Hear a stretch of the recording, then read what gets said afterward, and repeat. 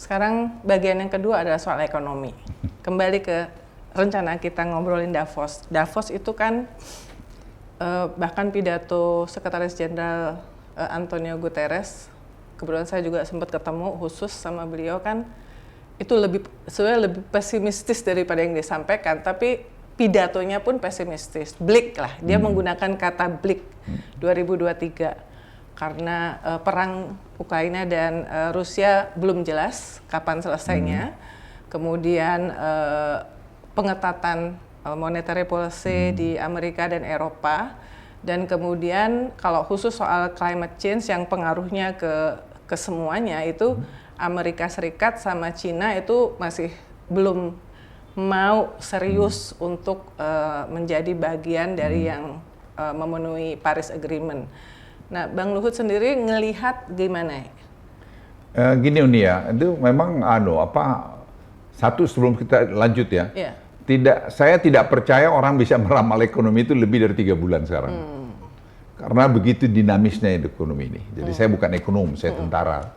Tapi pengalaman saya selama 8 tahun terakhir ini mengajarin saya bahwa tidak ada. Jadi saya nggak percaya kalau orang meramal terlalu lama. Tapi kalau 3 bulan, 6 bulan saya masih bisa dengar. Nah, kan waktu situ ada, Uni mungkin aware nggak ya? Ada satu pertemuan saya diundang, pertemuan kepala-kepala negara, luncheon, kepala-kepala negara. Nah, saya nggak tahu saya diundang. Dan disuruh bicara, impromptu lagi, tanpa ada persiapan lagi. Nah, yang bicara di situ macam-macam, presiden-presiden bicara, dan kemudian juga kepala intelijennya Amerika, yang perempuan itu. Nah, dia nyampaikan tadi, apa yang Uni sampaikan itu, bahwa perang di Ukraina belum tahu kapan selesai, dan kemudian ketegangan di Asia ini bagaimana, dan seterusnya. Tapi Lagarde mengatakan ekonomi di Eropa kelihatannya akan membaik gitu loh. Sudah membaik. Itu juga, jadi ada conflicting gitu ya, paradoks gitu. Si Kristalina juga kasih bicara, ternyata lebih baik prediksi kami dari apa yang sebulan lalu. Nah, jadi saya lihat dari situ, karena ada yang bicara, saya bicara ketiga terakhir. Nah, saya sampaikan hasil-hasil dari G20 dan saya sampaikan juga bagaimana keadaan ekonomi Indonesia hari ini. Dan Indonesia itu saya lihat kami walaupun tahun ini, tahun 2023 ini keadaan sulit, kami masih bisa tumbuh 5% ke atas.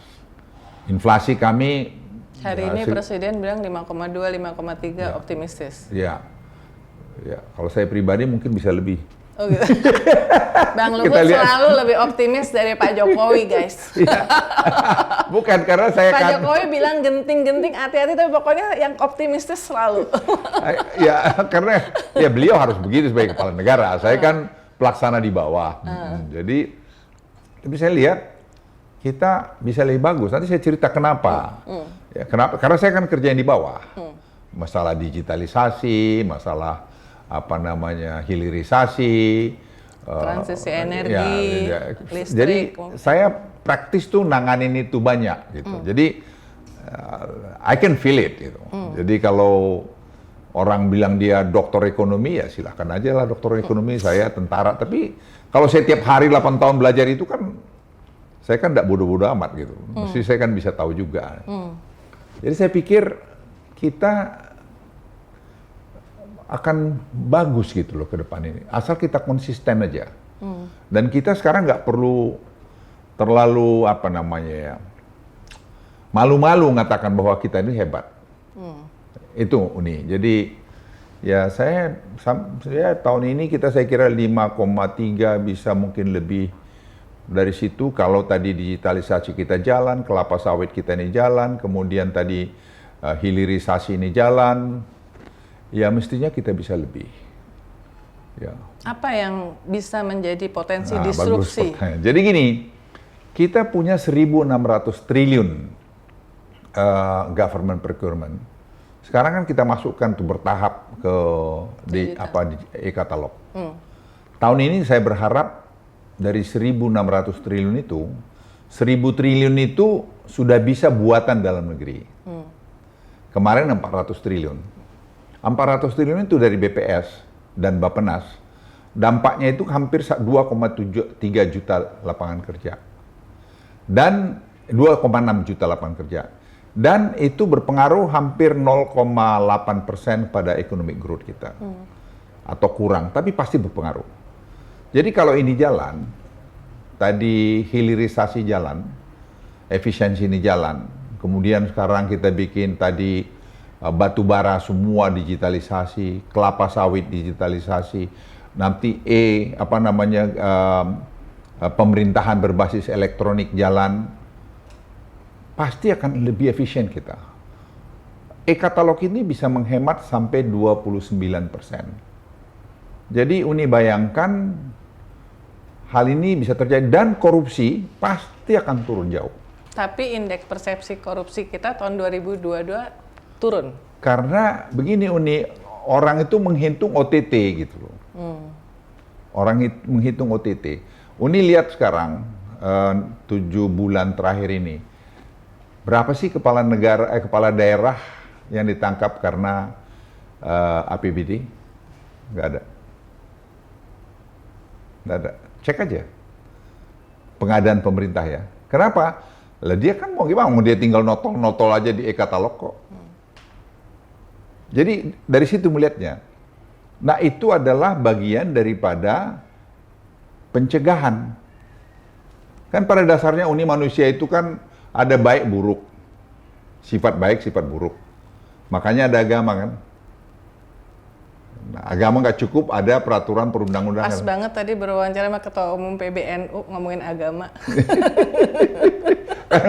Nah sekarang ada teknologi. Nah teknologi itu tuh membatasi nafsu-nafsu kurang baik kita. Nah itu yang sekarang saya pribadi. Kalau ada kesempatan orang biasanya akan tergoda gitu ya. Tergoda, tapi karena dengan sistem ini sekarang, ya orang pasti susah gitu. Kalau dia mau, loh, ya kan nggak bisa dia. Nah ini yang saya sampaikan itu, jadi menurut saya pasti akan menurun. Tidak ada alasan depan, tidak. 2023. Ya kita lihat nanti Uni, ya. Indeks persepsi korupsinya. Ya kita lihat nanti. Kalau menurut saya pasti turun. Karena digitalisasi. Karena digitalisasi semuanya kuat. Semua sektor sekarang batu bara, even orang yang mencuri batu bara sekarang, karena digitalisasi, dia tidak bisa keluar tanpa bayar pajak sekarang. Tidak bisa. Okay. Kelapa sawit, ternyata yang bayar pajak itu baru 7 juta. Padahal karena kita digitalisasi kan sekarang ini. Padahal luasnya itu tadinya kita bilang 14 juta. Ternyata 18,8 juta hektar. Itu semua digitalisasi nih. Nah ini banyak yang nggak aware mengenai ini. Oke, nanti kita lihat 2023 ya. Nggak ada yang senang juga kalau indeks persepsi korupsi Indonesia naik, turun. Ya ada juga yang nggak senang lihat negaranya bagus. Saya kadang-kadang Uni juga tuh sedih juga saya. Ini wah Pak Luhut ini berarti apa? Nggak senang ada OTT. Ya tentulah saya nggak senang ada OTT. Saya termasuk yang mengkritisi statement itu karena pencegahan yang terbaik menurut saya adalah ketika semakin banyak orang ditangkap OTT dan itu mengirimkan signal bahwa lo jangan korupsi ya gitu. Saya tanya udah 15 tahun ada nggak perubahannya? Nggak ada kan? Ya karena memang mungkin korupsi udah benar-benar jadi budaya. Sekarang kita bikin supaya kau jangan korupsi. Ya. Ya kan supaya jangan korupsi kan? Ya. Jadi bagaimana caranya? Kita bikin semua digitalisasi. Jadi kita itu tugas KPK 2 loh, ada 3 loh. Satu tadi pencegahan, nomor 1 itu pencegahan loh, baru penindakan. Ya kita jangan sampai penindakan dulu dong, kalau bisa. Sekarang dengan teknologi sekarang ini, ternyata bisa. Kenapa tidak kita pakai itu? Kenapa? Kalau hanya kita omong kau jangan korupsi, apa kurang berdoa kita? Saya tanya Uni, kurang apa berdoanya Republik ini sekarang? Ke gereja terus sampai mulutnya berbuih-buih, ternyata korupsi juga tuh. Itu tadi salah satu topik diskusi saya sama Gus Yahya. Jadi kalau menurut hemat saya Uni, sistem itu yang membangun. Ya, sistem itu yang membangun. Dan nanti dengan begitu melahirlah mulai kebiasaan-kebiasaan, lahirlah budaya-budaya untuk lebih jujur. Ya takes time. Agenda yang saya lihat sangat dominan juga di WEF Davos itu adalah soal climate change, transisi energi, dan itu adalah agenda yang penting, bahkan transisi energi jadi salah satu dari pilarnya G20 Indonesia ya. Core pesan yang disampaikan oleh Indonesia di sana tuh apa? Termasuk karena kita udah ada JETP juga ya, yang pasti kemarin digunakan untuk mengundang mitra ya, untuk bisa berpartisipasi di situ, dan seperti apa hasilnya? Saya pikir kan hasilnya itu kan bagus nih, karena saya tanya sama deputi saya, anak muda ini, kalau kita gagalin aja nih waktu di sini ya, apa sih rugi kita? Nggak ada. Gagal tuh maksudnya? Maksudnya kita nggak usah ikut tuh JETP itu. Oh ya. Nggak ada rugi kita. Kenapa? Kita itu baru 2,3 ton per kapita carbon emission kita. Dunia itu 4,5 baseline-nya. Negara-negara barat maju ini sudah 14,7, 11,3 atau mungkin ada yang 15 ton, juta ton per kapita. Jadi kita punya right untuk naik masih. Supaya ekonomi kita, makanya yang saya bilang itu, jangan program JETP ini distorsi pertumbuhan ekonomi kami. Saya nggak mau. Tapi apapun yang kalian mau, kami ikut kok. Kami juga care kepada lingkungan kami. EV, salah satu tujuannya kan mengurangi carbon emission. Dan itu Indonesia very agresif. Tapi kalau kalian bilang jangan ini, jangan itu, kalian bilang harus pakai listrik yang harganya 10 sen per kilowatt hour, ya kami matilah, saya bilang. Seperti ya, yang dimau oleh negara-negara maju ya? Lah iya dong. Saya yang bilang, pengen phase out dari coal ya? Saya bilang unfair, saya bilang mereka. Saya bicara terbuka. Makanya saya bilang, don't ever dictate Indonesia on this issue. Dan tuh mereka ngerti. Dan saya bilang sama sekretariat, dan kita mesti berani nyampaikan.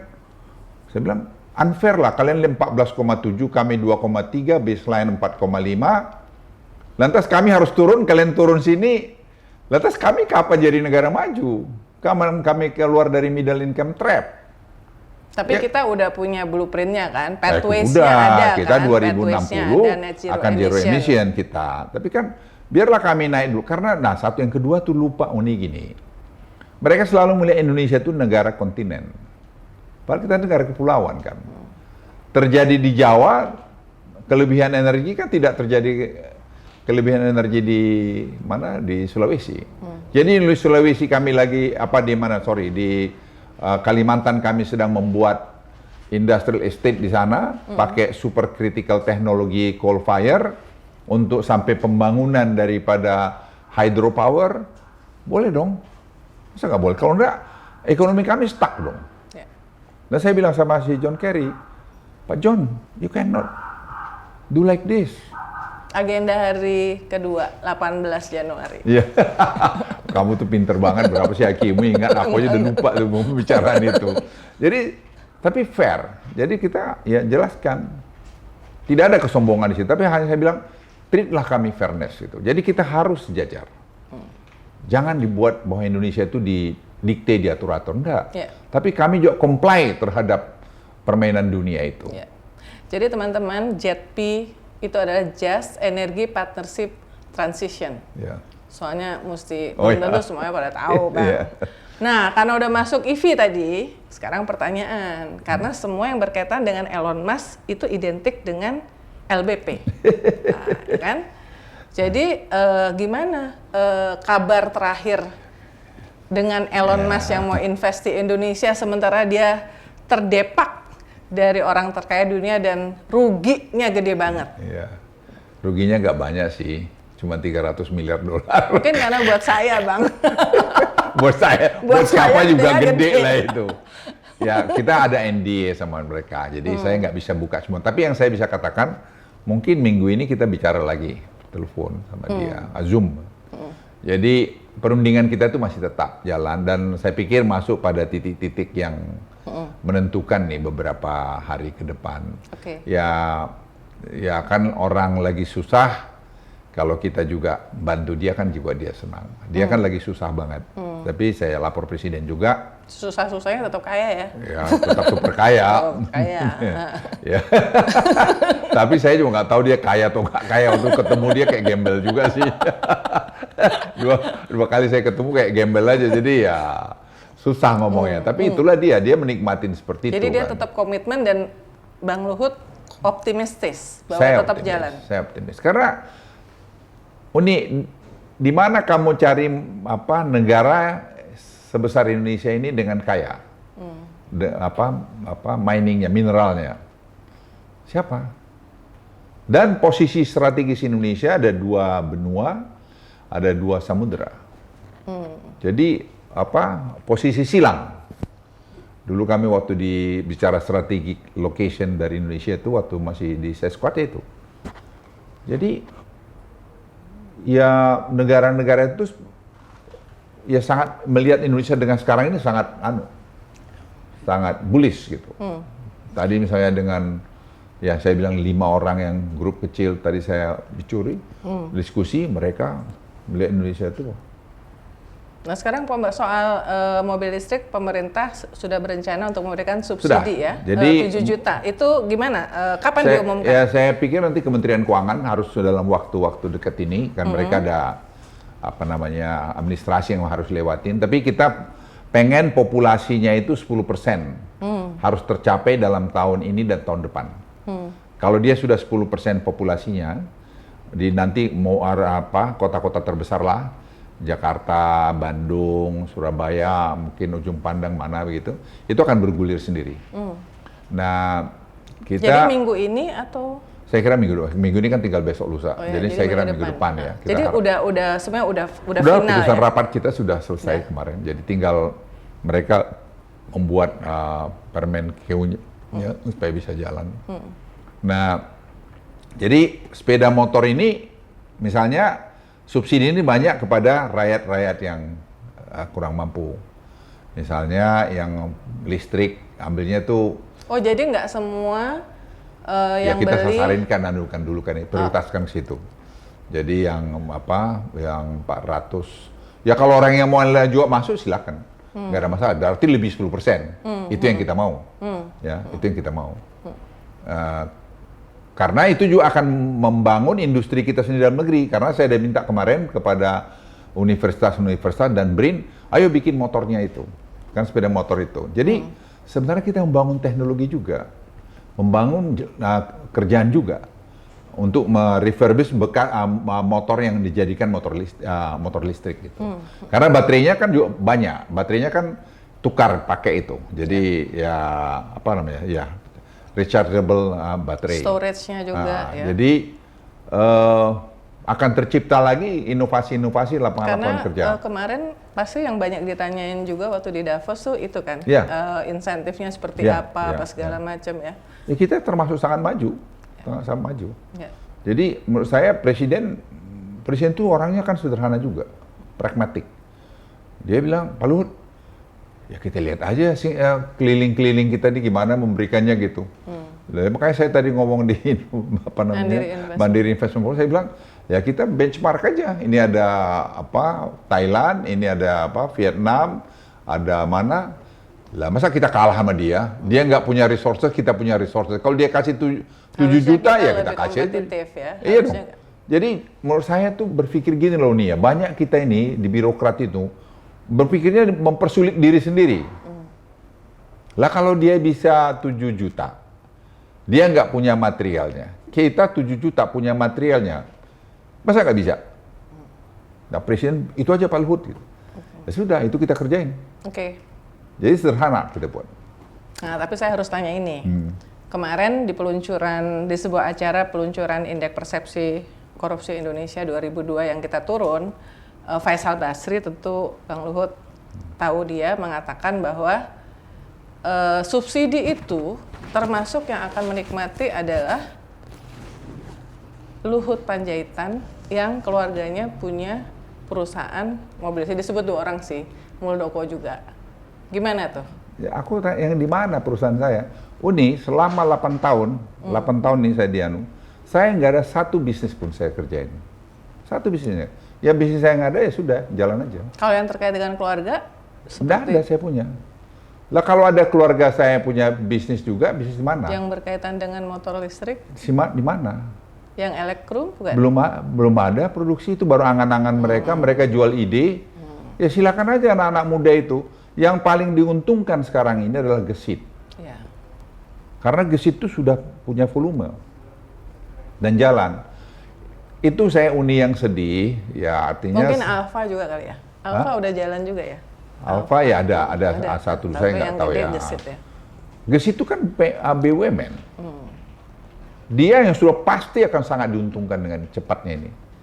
Nah saya bilang saya sedih itu, artinya pengamat-pengamat sekelas yang kamu sebut tadi tuh, gitu loh, menginvestigasi dengan jelas, jangan terus langsung menuduh, itu kan nggak bagus, nggak elok. Saya kan nggak bodoh-bodoh amat, enggak lah, saya punya nurani, ya, saya punya nurani, saya juga nggak mau bohongin anak cucu saya kok. Saya bukan pedagang, dasar saya bukan pedagang. Jadi saya ingin sampaikan enggak lah. Ya perusahaan saya kebetulan ya untungannya lumayan, ngapain saya ribut-ribut. Oke. Ya, saya mau apa sih Uni? Saya itu tentara dengan segala macam pengalaman saya. Lah saya punya tambang batu bara saya sudah dari berapa? Hampir 20 tahun, 18 tahun. Saya harga batu bara 3 tahun terakhir ini bagus. Lagi kaya-kayanya dong. Lagi gaya-gaya, saya ngapain? Saya mikir-mikir yang lain-lain. Itu ya Tuhan kasih apa? Oh ya mungkin apa?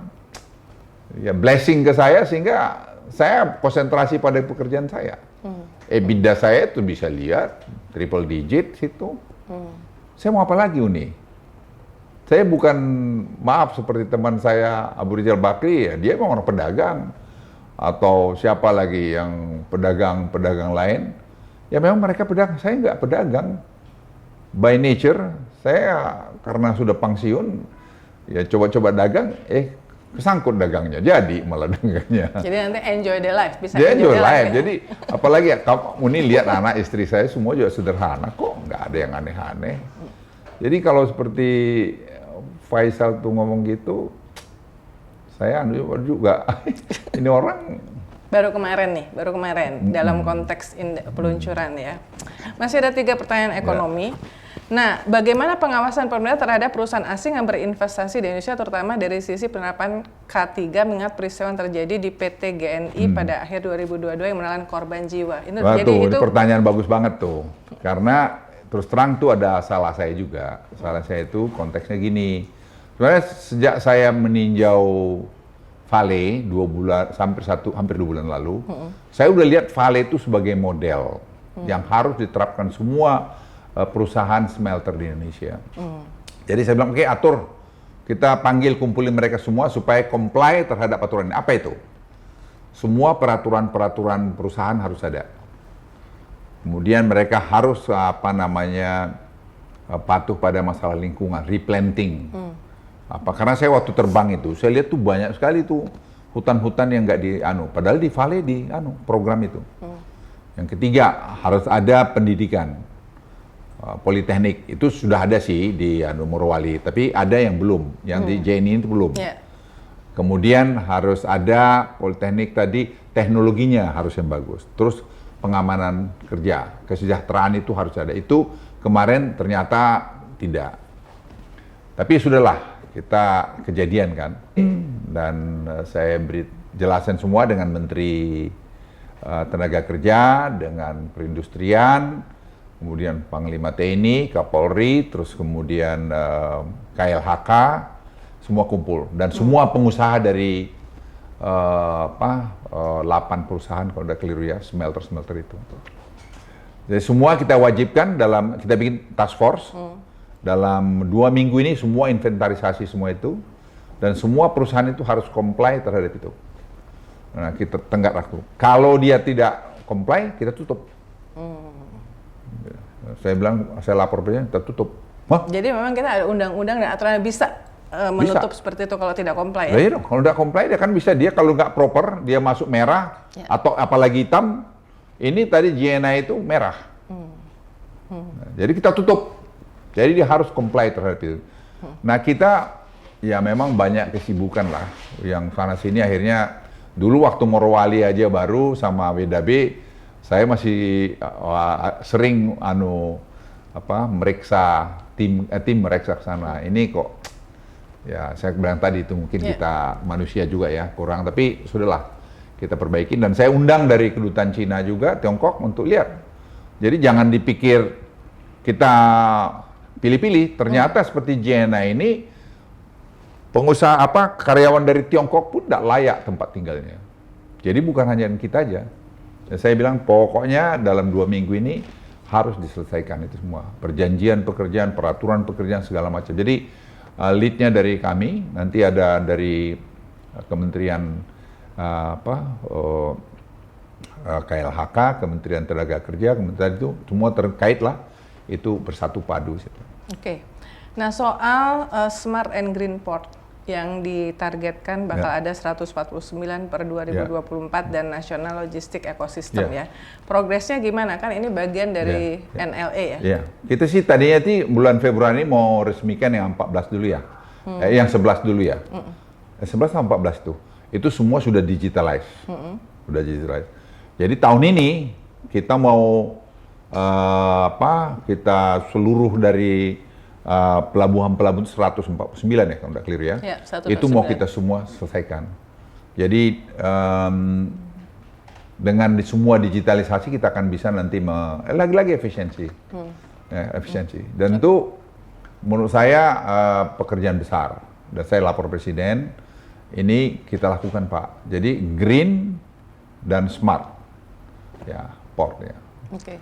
Dan itu saya kira jalan Uni. Dan jalan, sekarang ini kayak akhirnya gini Uni ya, saya lihat ya. Karena sudah jalan bola itu kayak snowball gitu, snowballing semua gitu. Jadi ya susah stop itu lagi. Susah stop itu. ASEAN Chairmanship, kan Bang Luhut juga banyak bicara soal itu di Davos ya. Tema kita itu adalah ASEAN Matters Epicentrum of Growth ya. Di tengah situasi dunia yang bleak, meskipun tadi dikatakan bahwa bisa sangat dinamis ya perubahannya, tapi Indonesia pingin supaya ASEAN itu tetap shining ya, bisa menjadi yaitu tadi epicenter of growth. Seoptimistis apa Indonesia? Saya sih lagi-lagi Uni ya, Presiden Joko Widodo ini sudah punya trademark sendiri ya. Ya mungkin ada orang yang suka masih melecehkan, kita susah nyari seperti Pak Jokowi ini ke depan. Yang saya sampai hari ini tidak lihat konflik of interest. Jadi leadership-nya dia ini, itu betul sekarang dihargain oleh negara-negara ASEAN ini. Karena saya bilang, Uni hadir juga tuh di mana? Yang di ASEAN itu, yang sama Deputi Perdana Menteri Thailand juga ya. Perdana Menteri, saya kan bilang, ya tidak gampang menyatukan ini semua. Karena setiap negara punya kepentingan masing-masing.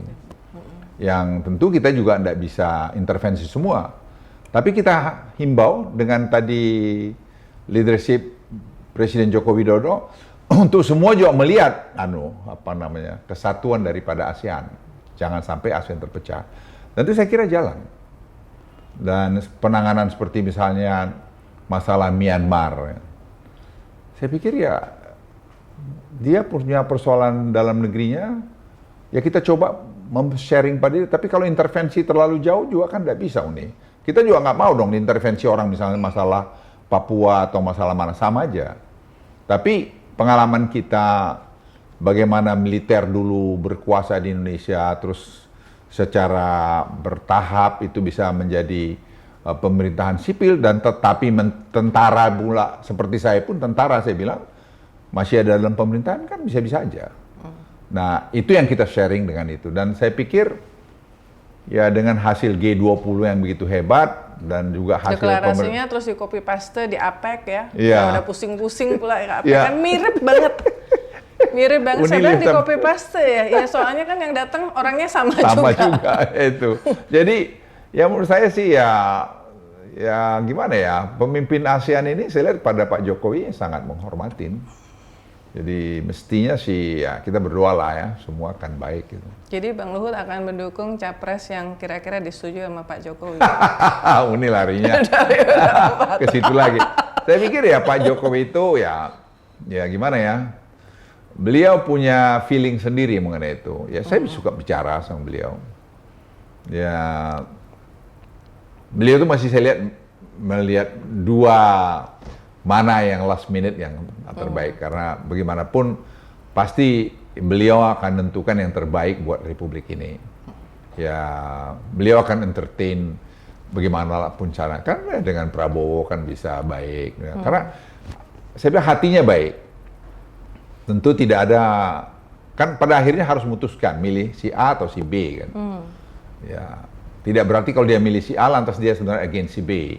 Tapi mungkin dia melihat ya banyak pertimbangan gini-gini situlah. Ya saya pikir tidak perlu ada yang sakit hati kalau memang pada at the end presiden, ya Pak Jokowi dalam hal ini bukan presiden ya.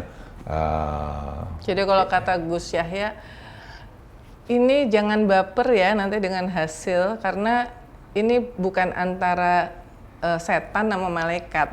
Jadi ya Gus Yahya udah paten lah itu.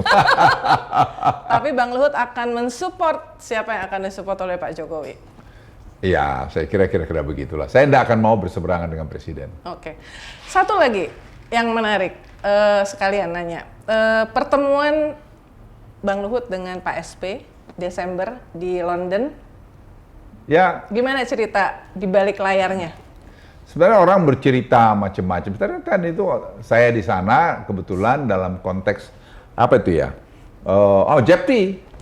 Jadi eksekusi untuk tadi 2,5 gigawatt yang diesel itu. Tiba-tiba saya ditelepon oleh satu orang, dia bilang, "Bang, ini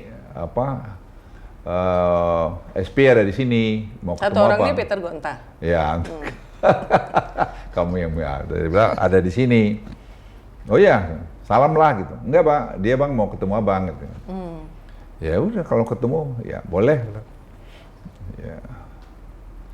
Terus ya kita janjian lah ketemu di tempat netral gitu. Ya. Tempat netral.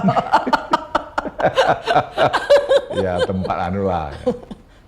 Ya tapi kemudian ya saya datang. Saya agak terlambat karena terus terang acaranya biasa lah Muni, banyak kali gitu-gitu. Saya datang ya Pak SP udah di situ. Ya terus kami ngobrol terbuka. Ya dia tanya pendapat saya. Susah untuk percaya kalau cuma ngomongin Jepti. Enggak, Dua betul. tokoh bertemu. Oh enggak, bukan. Kalau bicara ini saya mau cerita sekarang. Kalau saya datang ke London itu Jepti. Oke. Ya, dia nggak ngerti Jepti lah itu. Kalau Uni ngerti, kalau Pak Brewok mana mengerti dia Jepti itu barang itu kan. Nggak kerjanya dia. Ya kita bicara, dia tanya gimana ini. Saya bilang sebenarnya yang saya tahu Pak Jokowi itu agak kecewa gitu. Karena mendukung Anies. Ya bukan soal mendukung Anies. Kenapa Pak SP tidak setia pada komitmen kalian berdua, itu aja. Komitmennya apa? Saya nggak mau buka Unila. Ya jadi itu aja sebenarnya. Kalau Pak Jokowi itu saya bilang ya sama Anda sih hormat, baik gitu. Dia bilang juga, Pak Luhut saya juga sama Pak Jokowi hormat. Ya sudah kalian saling hormat ya udahlah. Dia bilang ya saya ini mau ketemu, ya ketemulah saya bilang. Telepon aja gitu. Ya terus ya sudah kita bicara 1 jaman lah. Saya bilang yang penting saya hormat sama Anda itu sebenarnya karena nasionalismenya. Jadi kita melihat siapapun jadi presiden, sebenarnya buat kita itu yang penting nasionalis. Melihat kepentingan nasional. Jangan jadi menggunakan politik-politik identitas. Jangan gitu. Biar aja berlomba semua. Kan semua untuk kebaikan Republik. Tapi kalau sudah politik-politik identitas, itu kan repot. Kasihan negeri kita yang sudah begini bagus, kita nanti suruh berkelahi lagi. Sekarang udah damai-damai gini. Ya, tapi ada dia cerita macam-macam. Nanti saya cerita sama Uni setelah ini gitu. ya sudah. Selesai. Ya. Akhirnya ketemulah kemarin itu ya. Saya pulang, ya saya lapor presiden. Presiden bilang, "Oh Pak Luhut ketemu." Saya bilang, "Ya Pak," gitu. Ya. Ya udah itu nih. Nanti berlanjutnya detail setelah ini. Sama Bang Luhut itu bisa nanya 100 pertanyaan. Soalnya bisa jawab dari ujung sampai ujung semua. Ipolek sosbud ankam. Tapi saya nggak mau terlalu lama mengganggu Bang Luhut dan jangan bosen. Ini Ya, bukan Uni. yang pertama dan terakhir. Terima kasih. Uni ini saya kenal lama banget sih juga. Jadi ya. Jadi teman-teman, banyak tadi saya sudah tanya apa yang sudah beredar-beredar di luaran di medsos. Tentu belum semuanya, nanti kapan-kapan kita tanya lagi. Ya. Dan terima kasih Bang Luhut. Terima kasih Uni. Semoga Terima kasih, thank you. sehat terus ya. Terima kasih. Dan sampai ketemu di ngobrol seru berikutnya. Salam sehat. Salam sehat. Terima kasih.